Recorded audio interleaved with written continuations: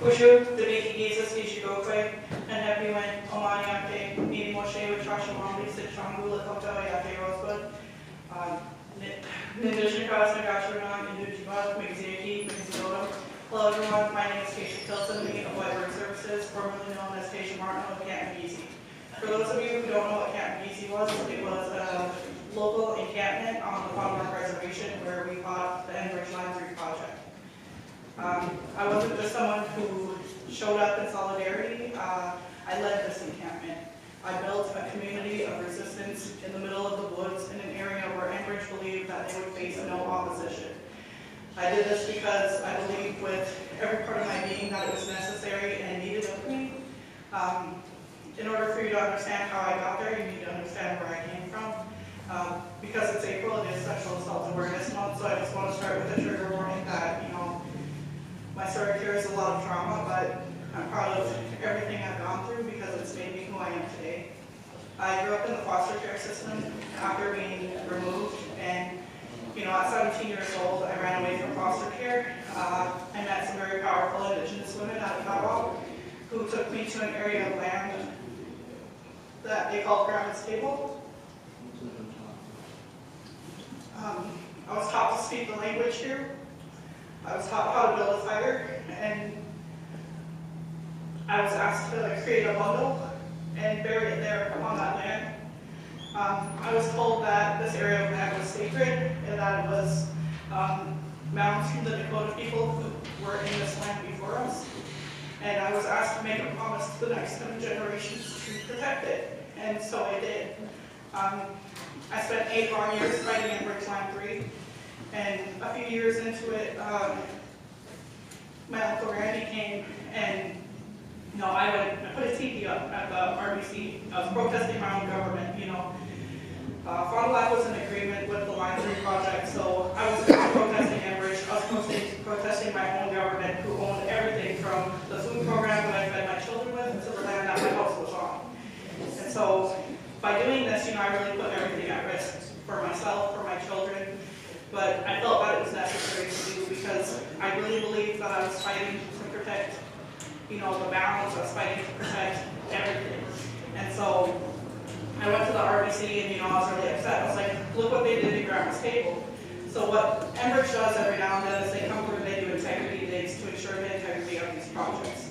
When they dug up the land, they put the dirt from the integrity day right there where I learned to pray. And for me, that was the final straw. And I went to the RBC and I was like, look what they did to Grandma's Table up here. And my uncle, he was the only one who came up with these blueprints to show me what Grandma's Table really was. It was a septic system that I was willing to die for. It would almost be funny if it wasn't so sick, but that's what that was. And during this fight, I started to realize, there's a lot of hypocrisy, on both sides. I'm never going to say that I'm pro-oil. I can tell you I'm pro-worker. So as the fight went along, I realized, I was really matching these boys on their easement. They're on their easement maybe 10, 12 hours a day. I was up there 16. I was there before they got there, and I was there after they left. And I was like, I could do this. And someone turned to me, they're like, what did you just say? And I was like, not that I would, I'm just saying I could, because I always knew I was strong. At the end of the Line 3 fight, when Line 93 went operational, it was really devastating for those of us who are from here, who put so much into this fight. It was everything I had built, almost overnight was gone. I started every day with ceremony. We started every day with talking circles. The structures that we built for our lives had fell apart and moved elsewhere. A lot of people will come in and they travel and they follow protest to protest to protest. And I'm not going to sit here and be like, I was a water protector, not a protester, because I've been lying to you. I'm still a water protector. I care very much about my environment. I have deep cultural ties to this land. I'm not just from this land, I believe that I am a part of it. And so my ties to the land they run deeper than pipelines. So I'm not going to sit here and be like, water protector, protester. I led protests. I was damn good at it. When I decided to join the industry, I knew that it would be really hard for me, but for me, this was a way that I took control of my body back. After Line 93 went operational, I experienced both domestic and sexual violence and I needed to find out who I was again, because I was really struggling at that point in time, you know. I remember walking into the tarot office, and everyone was just like, whoa, like, what do you want? And I'm like, no, I'm not protesting, I want a job. And, you know, they kind of laughed at me at first, and I was like, no, I want a job, put me to work. And they're like, they didn't know where to send me. They're like, I don't know any 49er who would want to work with you. You know, you've been locking to their machines, you've been climbing into trenches. We don't know where to put you.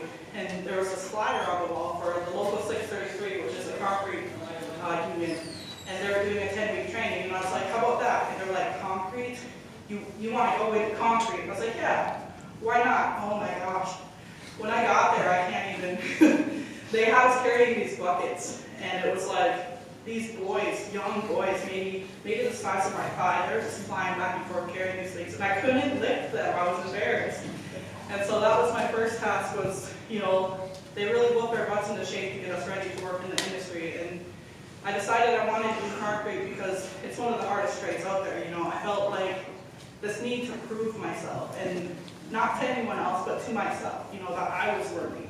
And being out there and learning to do these things was amazing. When I fought line 3, I couldn't tell you the difference between a Walmart worker in a vest and a pipeliner. I didn't know what a steam fitter was, I didn't know what a 49er was, I didn't know what a teamster was, I didn't know anything. I knew what I was told. And what I was told was that these people were bad people. They wanted my land, they wanted my children, they wanted to harm our women. And I believed it. I believed it because growing up as an Indigenous person, I was taught the statistic of 1 in 3. That statistic is talking about, you know, the target that is on our backs as Indigenous people, as Indigenous women who are facing the ongoing MMIW crisis. 1 in 3. And you have all of these out-of-state workers coming into an area, a small area that's already been devastated by drug and sex trafficking both. 1 in 3. I have 3 Indigenous daughters at home. So that was terrifying. Which one? Which one? And I remember, you know, going to these projects and asking, you know, they'd have workers there for different things, and I was, you know, which one are you going to target? Which one are you going to take? One of the things they don't tell you about these statistics is that it's not just pipelines. But that was what I was told, so that was what I believed. Oftentimes, it's a school teacher, a family member, someone close, someone you trust, someone you know. These incidents happen within Native communities, and it's happened in my family, it's happened in the generation before me. So when you have very powerful people who come in and tell you, those men invest are your boogeyman, you're gonna believe it. Because finally, all of that anger, all of that pain I was carrying, I had somewhere to put it. I don't know much about grooming and manipulation, but I can tell you one thing. Enbridge didn't put me in foster care. They're not the ones who hurt me. They're not the reasons my parents were addicted. They didn't build the boarding schools, and they didn't start the law wars. I can't tell you they gave me a chance to feed my children when I had nowhere else to go. I went out to North Dakota after completing a 10-week training program doing concrete, and I was given the opportunity when I came home to work the line 3 and line 4 removal. You know, I was contacted by Northern Construction, and I was kind of angry, actually. You know, Terra office called me, they're like, would you be willing to work this project? I was like, what did you just say to me? But when you think about it, you know, there's not really anyone out there who's more passionate about removing these pipelines. You know, I grew up with the hashtag Dig Up Dapple. That was something that I thought was important, something I thought made me a powerful person. And, you know, when I was given that opportunity, I turned it down at first. And there were other opportunities for employment, but Enbridge really wasn't keen on hiring me. They're like, who? And, you know, I thought it was slick. I got married before I joined the industry, so my last name changed. I kind of sneak in there, you know, and they knew who I was. They knew who I was because I made sure they knew who I was. There was not a foreman, a superintendent, or anyone out there who didn't know my name. You know, I kept these men up at night. You know, they would worry about me coming onto their easements because it was never just me. I had many friends who followed my women's spirit into battle, and I was really proud of that. I didn't realize that what I was doing was harming people, and I didn't realize that until I started working the project. I came home after working concrete, and you know, my home life was kind of falling apart. My husband needed help. My sister wasn't in a position to provide care for the kids. I needed a job, and I found, you know, help selling plates of food to different construction companies. I had a little at-home kitchen, and I reached out to my friend Josh Whiteberg on Facebook because I knew he ran a construction company, and I was like, hey, I sell plates to construction crews. You order it the day before, I'll have it there lunchtime the day up. And you know, we did that, and then he was like, if you need anything else, you know, reach out. And I had 4 kids at home, and I set aside my pride, and I was like, I need a job. I need a job, but I'm not allowed on Enbridge property. And you know what he said to me, which makes me laugh? He goes, well, why? I don't know if you've been paying attention. I was like, but I'm kind of the bad guy. And he's like, I don't think you're a bad guy. And you know, that really meant something to me, you know, that Whiteberg Services never saw me as a homegrown terrorist. They saw me as tenacious. They didn't see me as a problem. They see me as passionate. And they really stuck their neck out to give me a chance on this project where, you know, previously Enbridge had already been like, no, no, no, when I was seeking employment. And a few short years ago, that would have made me so mad I would have showed up the next day with 20 friends. But people are capable of growth. And I remember, you know, like, they're like, okay, maybe, we're not sure yet. You know, they just wanted to figure out, you know, where is my head at, what is my interest, you know, do I have any ulterior motives? And it was like, no, I really just want to work and provide for my kids. And Enbridge gave you the opportunity to be able to be one with nature. You know, I was out there every day, 10 hours a day with a group of all Indigenous women, well, and Ray, and our foreman. So there's like 2 dudes we hung out with, and everyone else was like Native women. And like, I joined construction, I was working with ragtag crews pouring concrete in Bismarck, North Dakota. Like, I've never been in a position where there was other brown people around me. I was like, when I first joined construction, I went out to North Dakota pouring concrete, and the crew I got set with, you know, they really gave me thick skin. Like, I was prepared for anything after that, you know. My first journeyman, I'll never forget him. We called him Bosnia because we couldn't pronounce his name, and he's from Bosnia. And you could have paid me not to hang out with these men until, of course, you could. And he was amazing. You know, there's so much that we learned from each other because we were so very different people with a complete different set of principles, politics. But at the end of the day, you spend 10 hours with someone, you're going to learn to respect them. So at the end of the day, you know, we're all working towards something. Whether we're some young kid who wants to buy a Hellcat or someone supporting family. You know, I was out there to support my family, and I learned a lot about the men and the trades, working concrete. Previously, I feared these men. I was terrified of them. You know, like all these out-of-state men, they want to hurt me, they want this, they want that. They just want to go home at the end of the night. These men, they're husbands, their fathers, their grandpas, their uncles. They have a family at home that they want to get back to, that they care deeply about. You know, they care just as deeply for their family as I do mine. And that was really hard for me to admit that I made mistakes. To be able to sit there and be like, you know, I was wrong. And I was wrong about a lot of things. And, you know, when I first made the switch or whatever, you know, I call it jumping the fence. I tried to do so as loud as possible. Because when I was fighting Enbridge Line 3, my role in the camp wasn't just, I show up, I throw a fit, the workers run, oh, Taysha's here. That happened a few times, but anyways. My role in the camp was almost maternal. We were the youngest, queerest camp, we were so proud of that. But I was one of the oldest people in that camp. My role was basically maternal. So I'm storming these easements with people that I've come to love as my children, and I'm teaching them how to disrupt industry. These were babies, fresh out of high school. They came to me because I was vulnerable. I was passionate. I gave them something to fight for. And I'm teaching them to climb into trenches, to put their bodies on the line because my feelings are worth it. Because my beliefs are worth your liberty, life, and safety, and they believed that.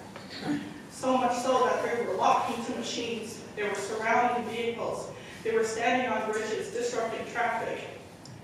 And at the time, I was really proud of it because, oh my God, the people power. These were children. Many of them came to us because they were told by powerful people that this was a treaty fight, that we are all treaty people. We are all treaty people, but at the end of the day, if I get arrested in Fond du Lac for something, I get to go to tribal court. If you're not from here, guess who's a felon? These were things that people were, the risks that we were willing to take. Not a lot of us really knew how often we were in danger because none of us had ever been in a construction field before. You know, like I remember when I took VOSHA and they did the segment on trenches and they're like, a trench can collapse in like so many seconds without warning. And I was like, oh my God, I was like shaking. And my instructor, Moby, he looked at me and he was like, yeah. Yeah, I was like, I almost died, you know, many times. I was like, and that's terrifying that we were willing to die for this. And many of us, you know, we meant it when we said that. Because there were reasons behind why we felt so strongly about this. But at the end of the day, our strong feelings don't give us the right to cause harm to other people. And I never realized that I was doing that. You know, I didn't just show up to fight line 3 like, I'm this person, everyone follow me. I was built a foundation of support before the line 3 fight. And the way I built my support was the MMIW movement, Missing Murdered Indigenous Women. So I started a group called Gitchigumi Scouts who would go out and search for people. I was an advocate. You know, I did all of this work supporting and protecting women because that's important to me. As a survivor of violence, that is very important to me.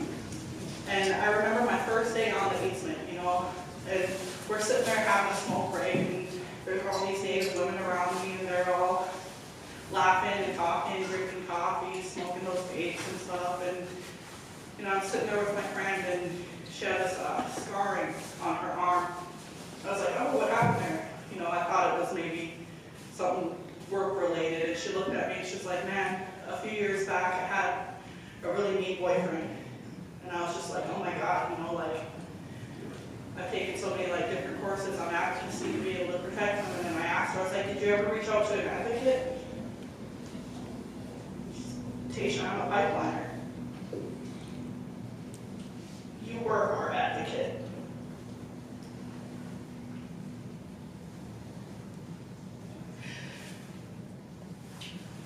It's one thing to be a Native woman and feel, you know, that target on your back. But I've learned it's another to be a Native woman in industry and feel like you have no one to turn to. So that's kind of been my new thing, is making these spaces safer just by showing up, by speaking out, and, you know, empowering other Native women to feel strong enough to do so, because as Indigenous women, we belong everywhere where decisions are being made regarding our land, water, children, and communities. And I believe that exists in industry too. I was taught at one point, you know, if you're not at the table, you're what's for dinner. So I made it a point to take space everywhere. There's so much background on like a lot of the stuff that we went through during the fight and how it built up to get to the point where I was willing to lock myself to machines and climb into trenches. And a lot of it has to do with, you know, Indigenous people feeling like we're not listened to. And I think that Enbridge has taken a lot of steps towards being more inclusive and getting us to the table. I worked really closely with a lot of really powerful and well-known nonprofits. And I can tell you from personal experience, for people who want to show up and argue my treaty rights, I wasn't treated right. I was used as a stock file photo for fundraisers. I was weaponized, and there was a lot of things that I feel were done to people who showed up with the best of intentions, and the next thing you know, people are buying museums and islands off the backs of people who go unheard and unrecognized, and it's like, it's just systematic on either side everywhere. Most of the people who came to these camps weren't from next door, weren't from the state. And I can guarantee they weren't taking those classes. The vouching system for people to come into a space, you don't want to talk to a person, oh, I know that they're cool, come on in. It's a lot different when you know working the project. There's background checks involved. People know your actual name. That wasn't being done on the other side. You have different people coming in from different areas, can't ever really know their true intentions. And all of that work that I did to protect my community, to support women, all of it was almost gone in one night. Negative below temperatures. We've all received a text message to evacuate because there was a bomb threat. And it was an action done by people not from here. And overnight, not overnight, but like at that time, my elders were removed from their homes. This caused quite a bit of backlash. They actually counter-protested, and at first I was like, ha, I've got you out here. But then it was like, no, they have every right to be very upset right now. Like it is freezing out. And children, elders, entire families are being sent from their homes. And one of the first people who came out to counter-protest was Tom Whiteford, my employer. And I remember how upset and angry he was in that moment. And for us to get to the point where he was still willing to see me as a person and give me employment really speaks to the integrity of these companies. I spent so long feeling like I had to fit this perfect image of what it means to be an Indigenous woman. I had to be molded. I had to be perfect.